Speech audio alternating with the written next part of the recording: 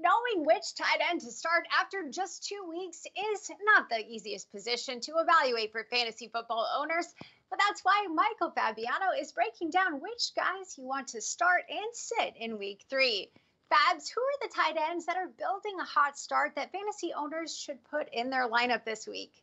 Yeah, the first name that comes to mind, Noah Fant. I mean, he has been tremendous. He's an athletic tight end, second-year tight end out of Iowa. He ranks tied for 8th among tight ends in routes run. He has 10 catches on 11 targets. He's got 2 touchdowns, and he is a very big-time option in that Denver pass attack now that Courtland Sutton is on IR and out for the season. This week's matchup against the Buccaneers is also a pretty good one. Their defense has allowed an average of more than 13 fantasy points to enemy tight ends since last season, so Fant is a very solid start. And so is Jonnu Smith. He was one of my sleepers last week, had a huge game, had a 62-yard catch, had a couple of touchdowns. He's been very good so far this season. We know A.J. Brown is banged up. The Titans like to use tight ends in their offense. I mean, their offensive coordinator, Arthur Smith, is a former tight ends coach himself. And the matchup this week is right against the Vikings. Last week, they gave up 5 catches, 111 yards, and over 16 fantasy points to Mo Alley Cox, who is a backup tight end. So Jonnu Smith is a certain top 10 play this week among fantasy tight ends. Smith's chemistry, too, with Tannehill thus far has been on point, so I like the QB tight end stack you picked for week 3. Let's talk about dislikes, though. You are sitting Rob Gronkowski and Austin Hooper this week. Why, Fabs?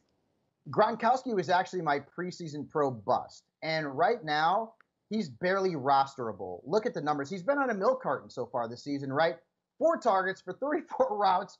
He only has 2 passes caught for 11 yards last week, and O.J. Howard looks like the better fantasy option at that position in Tampa Bay, and he's not even all that good. Bruce Arians has really never prioritized tight ends in his offense in the past.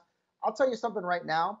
I added Drew Sample and dropped Rob Gronkowski in one of my leagues because I feel like Gronkowski is just not going to be useful for fantasy fans here on out. And then Austin Hooper, who was one of the best tight ends in fantasy football last season, he goes to Cleveland in the offseason, and, well, it's just not good, right? This is an offense that wants to run the football. They have 2 very solid running backs, and Nick Chubb and, of course, Kareem Hunt. The matchup this week is good for Austin Hooper, but he's 24th in routes run, and 25 other tight ends have more fantasy points and more targets than him after 2 weeks. So Austin Hooper, to me, is a big-time fade. In fact, he may suffer the same fate as Rob Gronkowski if he doesn't start performing, and that means he could find himself on the waiver wire in a lot of leagues.